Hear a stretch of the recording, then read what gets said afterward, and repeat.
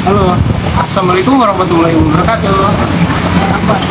Mungkin sini kita akan podcast lagi ya Kang ya. Iya. Untuk podcast yang berapa nih? Masih kedua nih, masih kedua. Iya, kita di sini akan membahas tentang pemahaman peserta didik. Mungkin di sini kita akan membahas beberapa kasus gitu ya, sering terjadi di sebuah pembelajaran kelas mungkin. Mungkin kita akan berdiskusi ya, Iya, buat berdiskusi terkait bagaimana sih cara menyelesaikan permasalahan yang ada di ruang kelas. Oke, mungkin saya akan bacakan nih studi kasus yang pertama. Mau yang mau jawab mungkin siapa aja lah ya, kita saling Ya. berdiskusi aja. Nah, bayangkan ya, jika ada seorang guru matematika gitu kan, kelas 7 nih. Nah, saat ini tuh hendak menyampaikan sebuah materi gitu kan, mengenai matematika sosial, yakni mencari nilai rata-rata atau nilai min. Nah, untuk memudahkan peserta didik dalam memahami pembelajaran, kita tuh harus bisa mencoba untuk membuat urutan atau langkah-langkah yang tepat gitu, supaya guru didik itu bisa memahaminya gitu, bisa mengerti terkait mencari nilai rata-rata ini. Nah, saya mempunyai satu pertanyaan, mungkin beberapa pertanyaan. Kita berdiskusi aja tentang kesimpulan.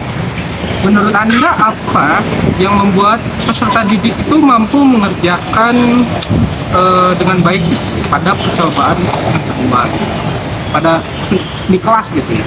jelas tadi. Saya mau izin menjawab ya. Kalau yang untuk kasus ini itu berarti yang pertama itu konsep dasarnya dari pembelajaran matematika itu sendiri. Di sini kan kasusnya itu mencari nilai rata-rata atau gitu. Nah, berarti dari yang pertama itu karena pemahaman konsep dasarnya.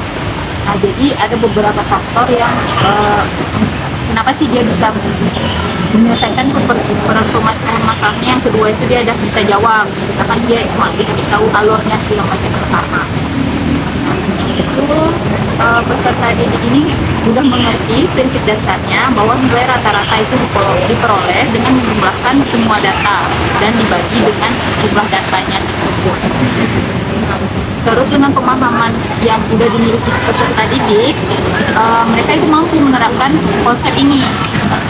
Nah, jadi dia kayak bisa menggunakan di berbagai situasinya juga. Jadi kayak nggak mesti yang ikuti langkah dari awal.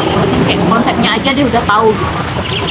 Nah, terus Jadi tidak terpatok. Ya, ya yang penting kalau matematika sih mungkin ya kayak yang penting tahu konsepnya, paham gitu, dulu. paham. Ya. Nah, terus pengalaman praktis. Nah, ini karena kan yang pertama mereka udah ngerjain, jadi pengalaman yang pertama ini kayak berpengaruh nih untuk mengerjakan yang kedua kalinya. Nah, jadi si peserta didik ini udah langsung mencari nilai rata-rata atau min. Terus dia mengaitkan nih dengan konsep teoritisnya juga, dimana kayak matematika walaupun pasti ada teoritisnya juga. ya pasti. Terus pemahaman konsep secara holistik. Nah, ini juga penting. Jadi dia kayak mampu memahami konsepnya secara menyeluruh tanpa kayak melihat lagi hubungan yang antara langkah-langkah yang sudah dijelaskan.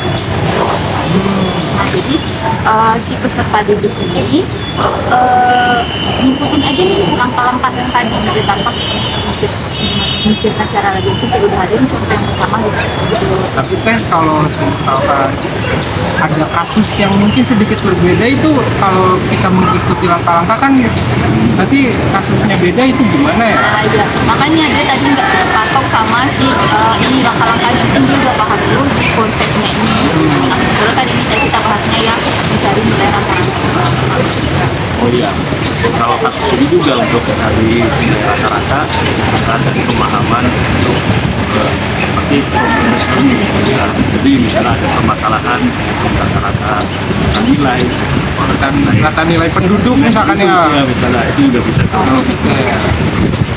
Sama juga itu kayak sama kayak penguasaan algoritma dasar sih kalau kita kaitkan Wow, lagi. ya. Ya, jadi kayak dia udah bisa kayak mengadaptasi dari si algoritmanya, terus menyesuaikan dengan kondisi situasi juga gitu. Ya, tanpa harus yang itu tadi mengurutkan sesuai pekerjaan, karena kan mungkin dia udah paham dulu si konsepnya itu gitu. Intinya algoritmanya itu sudah dipahami. Jadi kalau misalnya kita kaitkan dengan algoritmanya ini kayak biar lebih fleksibel lah, fleksibel dalam menyelesaikan kayak nggak pun nanti ini yang pencarian dari rata-rata, tapi kan untuk yang lebih kompleks dengan algoritma kan lebih fleksibel. biar bisa berguna untuk kehidupan Betul nantinya. sekali. Bermasyarakat gitu kan, manusia adalah makhluk Sosial. Nah, jadi itu kayak secara keseluruhannya itu kayak si peserta didik ini udah mampu kayak menyelesaikan percobaan yang kedua itu, karena yang kedua itu karena sih pemahaman konsep di awal. Ya.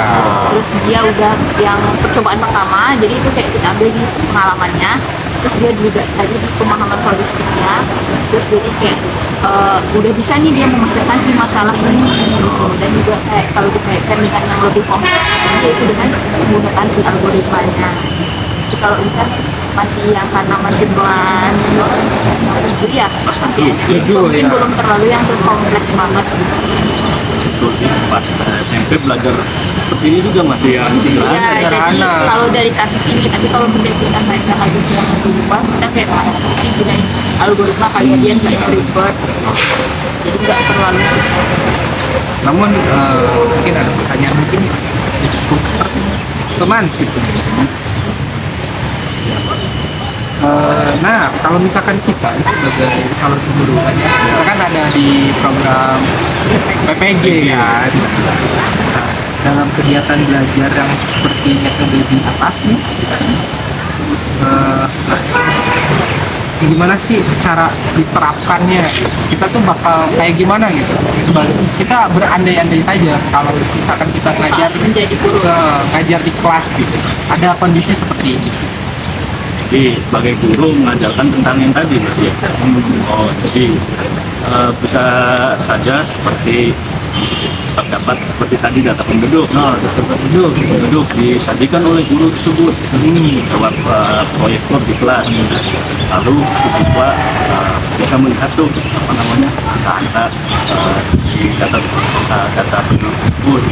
Misalnya data tersebut mengenai usia. Oh iya. Nah, guru tersebut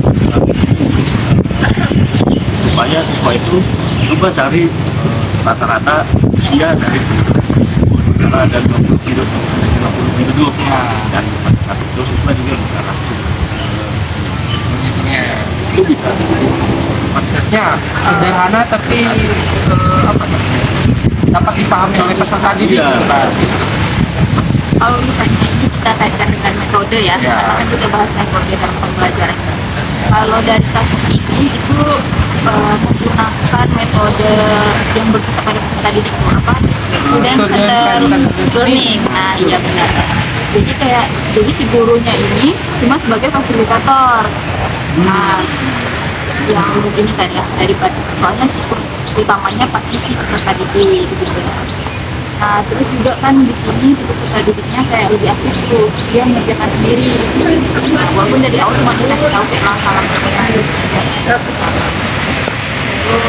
juga kalau misalnya kita ambil dari teorinya, karena gimana pembelajarannya mesti ada metode dan teori yang digunakan tuh. Nah, kalau di sini itu teorinya menggunakan konstruktivisme. Apa tuh? Ya kalau ini sih dia kayak lebih menekankan pembelajaran itu siswanya yang lebih aktif.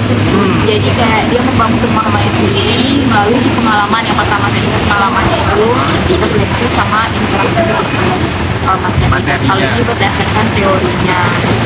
Dari siapa tuh teh? Teorinya itu kita dari Jonassen pada tahun 1969. Nah, jadi ya sama sih balik lagi kayak si gurunya kan jadi cuma sebagai fasilitator dia mengarahkan langkah-langkahnya, terus dia memberi instruksi juga ke peserta didiknya gimana sih cara menyelesaikan masalah dalam pencarian nilai rata-rata atau jadi kalau si gurunya udah ngasih pemahaman konsepnya itu terus peserta didiknya paham, jadi dia bisa langsung mengerjakan, jadi kayak lebih konkret gitu kerjaannya. intinya guru sebagai fasilitator ya. Ya, benar. Dan validator. Validator Ya. juga. Karena kan di zaman sekarang apa namanya guru itu informasi itu bisa didapatkan dari mana saja. Iya, Iya. nah, guru harus bisa Memvalidasi. validasi mana yang betul gitu ya.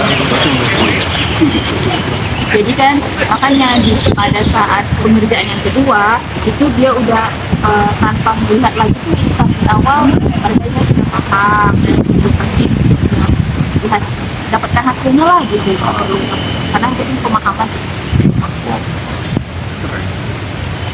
Nah, di sini itu ada kasus kalau tadi ya mengenai matematika. Ya, matematika SMP.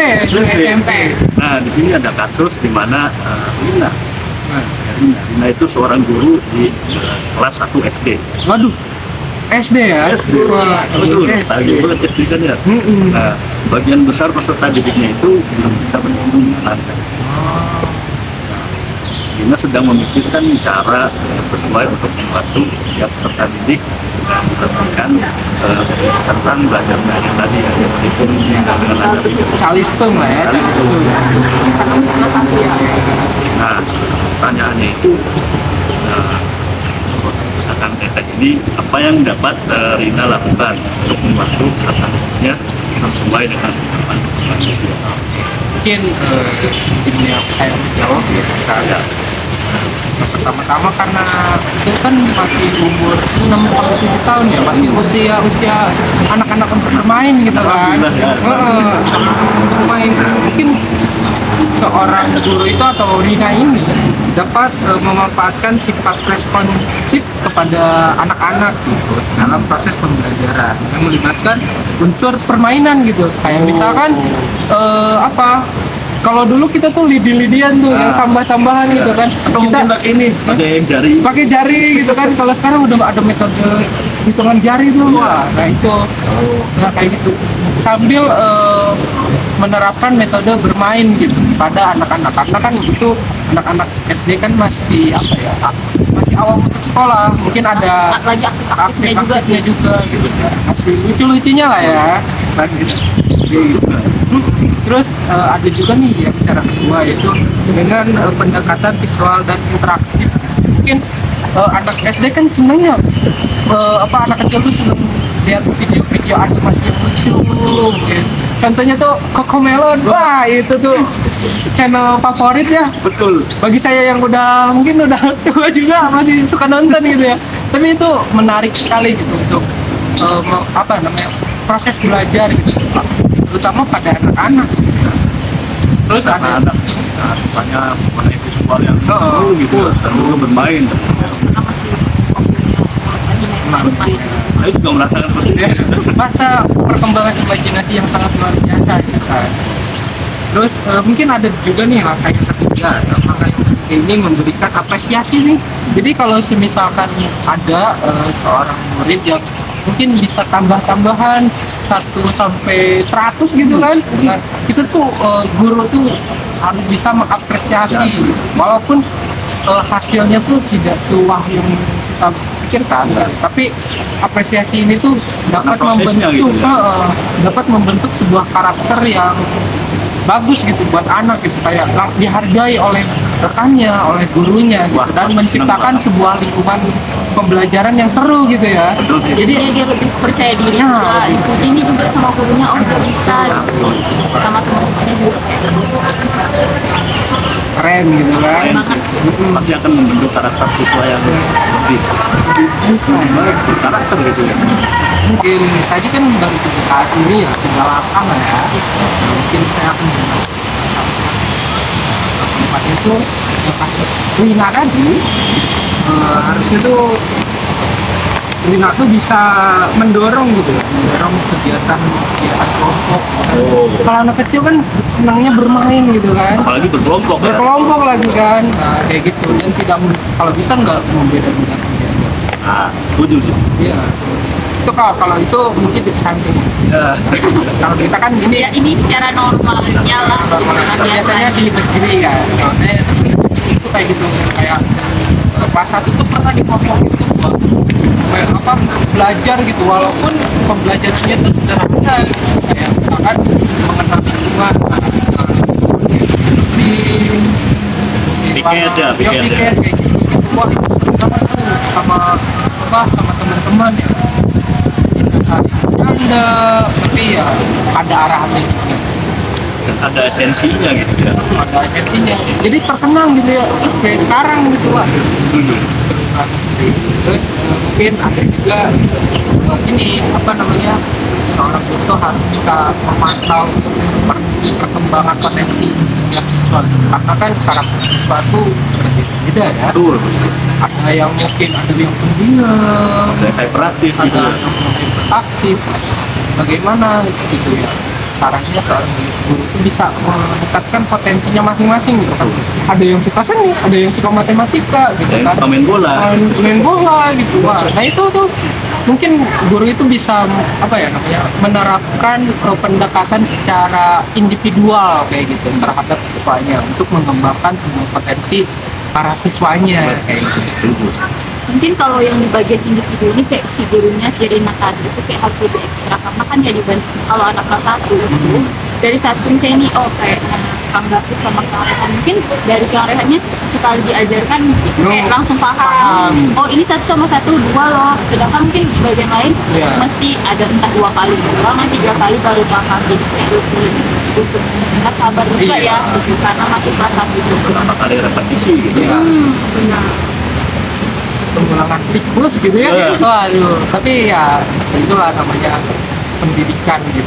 Apa orang tuh belajar tuh punya masanya sendiri gitu. Ya, Akan paham pada waktunya Iya. sendiri. Iya. Jadi kalau kita sampai pertanyaannya, kalau dari pembahasan yang tadi, ini apa sih sarankan hal yang seperti itu? Nah, jadi ya, kami dengan teori, karena kita belajarnya masih ada teori ya, jadi hal yang tadi sudah disampaikan kaitannya dengan teorinya seperti apa? Baik.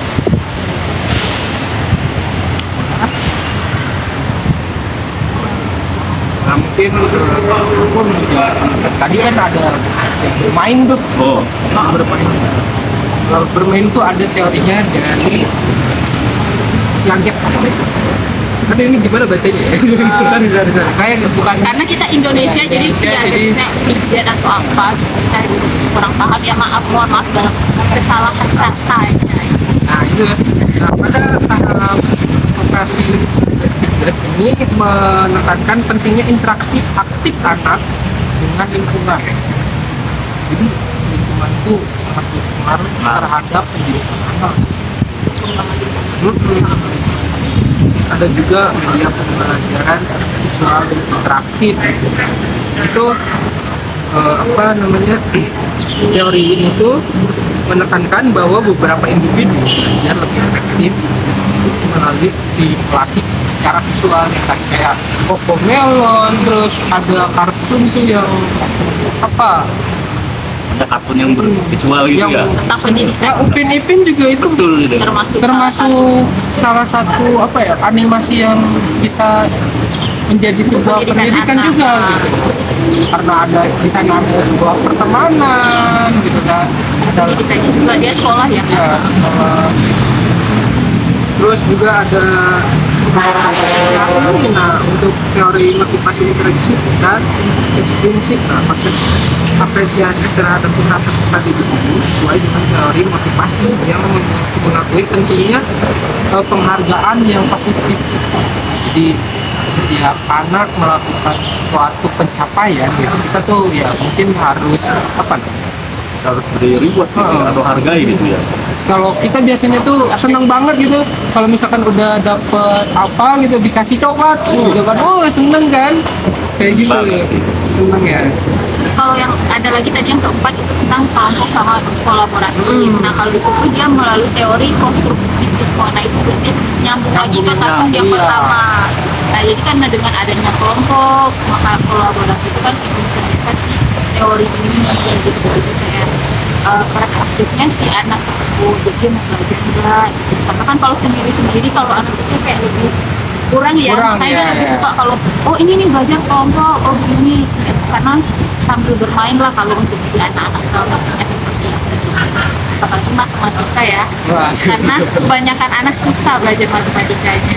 mungkin belum menemukan kenyamanannya Ya, saja benar. gitu ya. Nah, terus yang terakhir tadi ada sih pemantauan yang perkembangan individu itu ada teorinya juga. Nah, teorinya itu ada pengembangan anak. Jadi itu menurut Erikson ya, pemantauan perkembangan anak itu pentingnya dukungan positif dalam masa perkembangan si anak. Kemudian kan dia tadi masuk kelas 1 tuh. Nah, jadi si Rina yang sebagai guru ini dia harus memberikan dukungan berdasarkan pemahamannya. Iya, jadi karena dia udah mengenal si anak tersebut, jadi maka dia tahu tuh tadi entah ini cuma bisa 1 kali udah paham atau ini harus 2 kali bahkan berkali-kali diulang biar sampai si anaknya paham. Nah, itu sih ya, kalau dari guru SD kesulitannya kayaknya di situ ya, karena mesti ekstra banget sabarnya juga. Waduh. Gitu sih. Salut sih sama guru SD sih. Iya. Ya. Salut banget sih. Karena guru SD itu apa ya? Kadang tuh bisa menjadi seorang pahlawan juga. Fondasinya itu di guru Iya. SD. Jadi kalau untuk SMP udah melanjutkan aja sih dari Iya. yang si SD tadi. Kadang anak-anak cita-cita anak-anak tuh biasanya kan ada yang jadi pilot, ada yang jadi ini, tapi kadang berubah pas SD. Termasuk saya gitu, yang asalnya pengen jadi dokter gitu ya, pas SD tuh lihat guru saya kok gurunya tuh baik banget, ini banget, saya pengen jadi Pengen juga guru jadi nih, guru. kayak dia gitu kan. Jadi sebuah motivasi gitu ya. Keren sih itu seorang guru ya. Oke. Oke. Kita ambil ke kasus ketiga. Oh, kasus ketiga nih. ya. Jadi hari ini kita bahasnya 3 kasus aja, kita bahas kasus dulu, jadi lanjut ke yang berikutnya.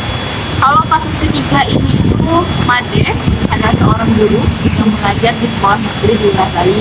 Jadi dia mengampu pelajaran bahasa Indonesia. Jadi dia hendak mengerjakan materi teks deskripsi pada peserta didiknya. Pada buku cetak yang menjadi panduannya saat mengajar terdapat beberapa contoh dari teks deskripsi yang menceritakan tentang bangunan-bangunan pencakar langit yang ada di ibu kota. Dengan memperhatikan latar belakang setiap peserta didik, si Made mencoba untuk memberikan contoh yang berbeda. Dia memberikan contoh teks deskripsi tentang pantai dan makanan khas Bali. Dan karena dia di Bali, jadi dia contohnya itu. Sesuai dengan lingkungan berarti ya. Nah, jadi pertanyaannya itu kalau menurut pakar sekalian, apakah pertimbangan dari yang keputusan si Made itu karena dia menyesuaikan ya karena di Bali, karena dia di Bali jadi kayak makanan khasnya sama tentang pantainya gitu. Udah sesuai belum nih yang dia keputusan dia itu gitu. Nah, jadi kenapa gitu? Alasannya sih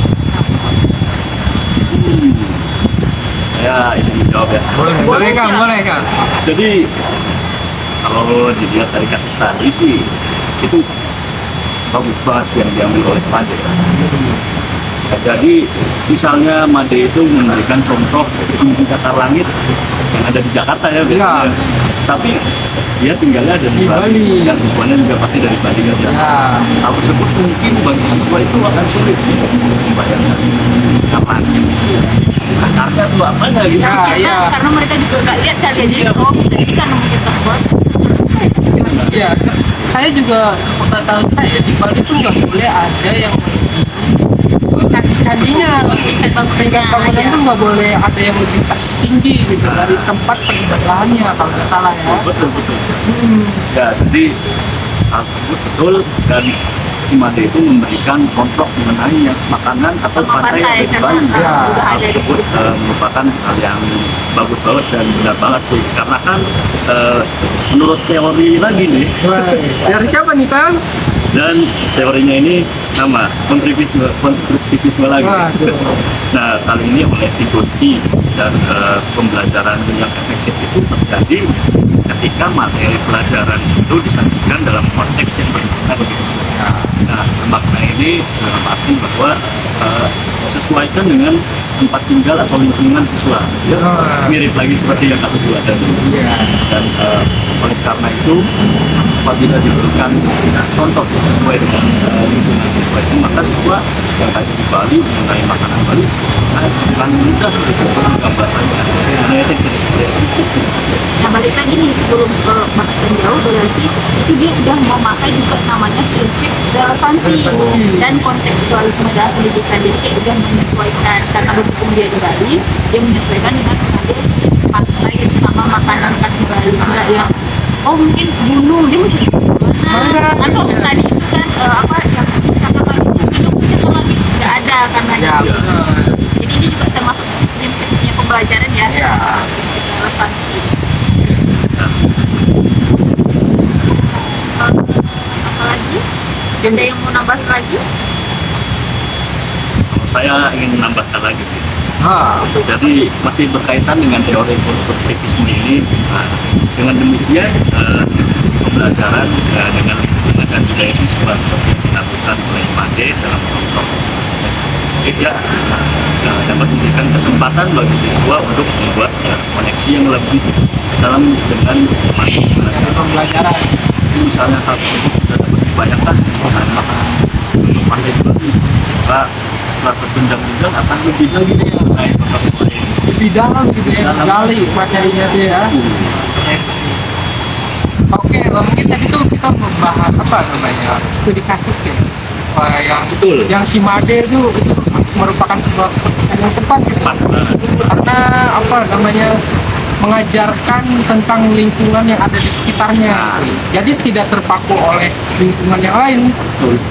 Kayak misalkan kalau di Jakarta tuh gedung pencakar tinggi, pencakar langit. Kalau misalkan kita diterapkan di Bali kan wah susah kan. Karena di Bali gak ada. Jadi anak-anak si peserta dirinya juga bakal susah tuh ngebayangin yang mana gitu. Nah, iya. Nah, jadi balik lagi ke karena dia udah menggunakan nih si prinsip relevansi tadi. Relevansi, gitu. ya. Jadi kayak lebih menyesuaikan lah dengan Menyesuaikan keadaan dia. Kondisi lingkungan di sekitarnya. Itu juga merupakan sebuah langkah yang baik untuk mengajarkan cinta budaya Indonesia gitu kan. Wah, Made keren. Made. Top. Tadi Rina, sekarang Made. Made, wah, top banget ya. Top banget. Ya itu semoga menjadi sebuah pelajaran bagi kita nih seorang calon guru ya. Kita tuh kan lagi PPG kan, Betul. program profesi guru ya. Semoga menjadi guru profesional. Gitu ya. Amin. Nah, ya mungkin sekian aja sih ya dari pembahasan 3 kasus ini. Semoga bermanfaat dan jika ada salah-salah kata mohon dimaafkan gitu ya. Kalau misalkan ada saran dan kritik boleh gitu ya, teman-teman kita berdiskusi gitu kan untuk menambah ilmu juga ya Kang ya Teh. Wah, Ya, jadi kedepannya lebih baik lagi. Oh, tahu nih apa yang perlu diperbaiki lagi. nah kayak gitulah ya. Terus mungkin udah sih kita closing aja. Masih bisa. Closing aja ya. Mungkin topik kali ini cukup sampai di sini. Mungkin nanti ada topik-topik yang lain Dengan kasus-kasus yang berbeda. ya seputar Ini pendidikan. Nah, oke. Mungkin wassalamualaikum warahmatullahi wabarakatuh. Nikmatin dulu kopinya. Aduh, ya kopi dulu Kang.